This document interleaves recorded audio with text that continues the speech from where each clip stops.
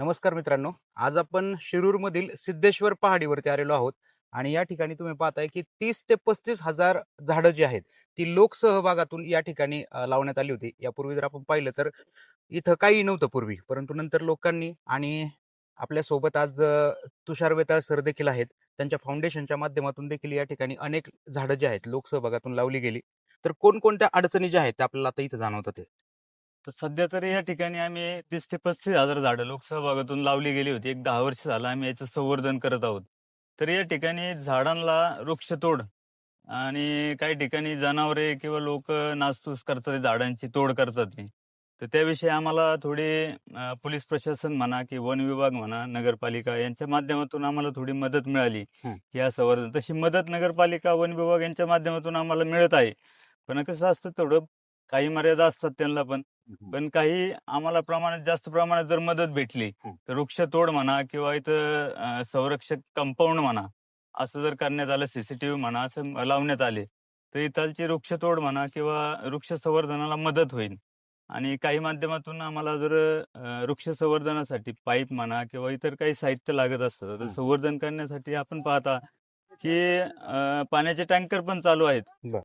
तरी पण जर काही अजूक या वृक्ष संवर्धनासाठी नागरिकांनी म्हणा किंवा थोडं काही अ, मदत म्हणा आम्हाला मिळाली, तर सर्व शिरूरकरांचे आम्ही आवाहन करतो, की सर्वांनी आम्हाला थोडी मदत करावी. या ठिकाणी आपण पाहतोय की ठिकठिकाणी झाडं देखील तोडून नेलेली आहेत अक्षरशः लोकांनी. कापले झाड बघा ना, हे बघा इथं हा, इथं देखील आपण समोर पाहतोय अगदी झाड तोडलेलं आहे आणि सरपणासाठी म्हणा किंवा कशासाठी म्हणा, अरे हे लोकसहभागातून लावले रे, त्याला वाचवण्यासाठी किती संघर्ष करावा लागतो तुम्हाला माहिती आहे का? इथं प्रत्येक रोज आपण सकाळी पाहतो की या ठिकाणी येऊन प्रत्येक झाडाला पाणी दिलं जातंय, सेपरेट टँकरनी पाणी दिलं जातंय अक्षरशः, आणि तुम्ही ते झाडं तोडून नेता. म्हणजे आपल्याला लाज वाटली पाहिजे ना आपली स्वतःची, की आपण नेमकं काय करतोय या समाजामध्ये. लोक झाडं लावण्याचं काम करतात, त्याला पाणी घालून वाढवण्याचं काम करतात आणि तुम्ही तोडून नेता वगैरे. एवढं नाही करतायत आपल्याला, कमीत कमी नाही मदत करतायत तर ही तरी मदत करा, की इथे येऊन त्रास तरी देऊ नका कमीत कमी. आणि ज्यांना ज्यांना शक्य होईल त्यांनी त्यांनी सरांनी आता सांगितलं त्याप्रमाणे तुम्ही देखील या ठिकाणी मदत करू शकता. मी एसटी मध्ये सर्व्हिस करत होतो, 1 वर्ष झालं. ते जे मंडळ आहे, हं. काय तुमचं म्हणतो आपलं सिद्धेश्वर, सगळे लोक येत होते. हं. कोरोनाचा काळ आला त्याच्या आधीपासून लावतोय आम्ही. बर. आणि सहभागी झालो. हं.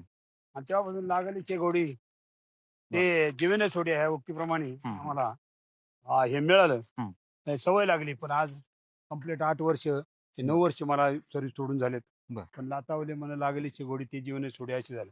पण एक खंत वाटती, हं. सगळ्यांची मदत झाली, प्रत्येकाची, तुमची, तरुणाची, म्हाताऱ्याची. हं. एक चोपडा काय माणूस हो, त्या बाटलीने पाणी भरतं त्यांची, बर. एका हा बरोबरच्या काका. बर्मेच्या काकांची आम्हाला संकल्पना. हं. ते बाटलीने पाणी, मग आम्ही असं काम करत राहिलो. कोण तोडताड करते, हं. ते त्यांना प्रतिकार केला की ते म्हणतात आम्ही नाही वाळलेले तो. आणि ते एक झाडावर घाव टाकीतात, दुसऱ्या वेळी ते जाळतंय, हं. मोडतंय आणि ती घेऊन जातात.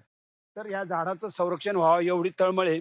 तर आपण पाहतोय या ठिकाणी सिद्धेश्वर वनीकरण जनविकास फाउंडेशनच्या माध्यमातून देखील झाडं लावलेली आहेत, त्यांचं संवर्धन केलं जातंय. तुम्हीही या कार्यक्रमामध्ये आपण म्हणू की सहभाग घेऊ शकता, तुमचा सहभाग यामध्ये दाखवू शकता. तर खाली नंबर येतोय, त्या नंबरवरती तुम्ही संपर्क करा. तुम्हाला जर काही मदत करायची असेल तर तुषार सरांना त्या संदर्भामध्ये तुम्ही कळवा. भेटूयात आता नवीन विषयासह, नवीन व्हिडिओसह. तोपर्यंत धन्यवाद.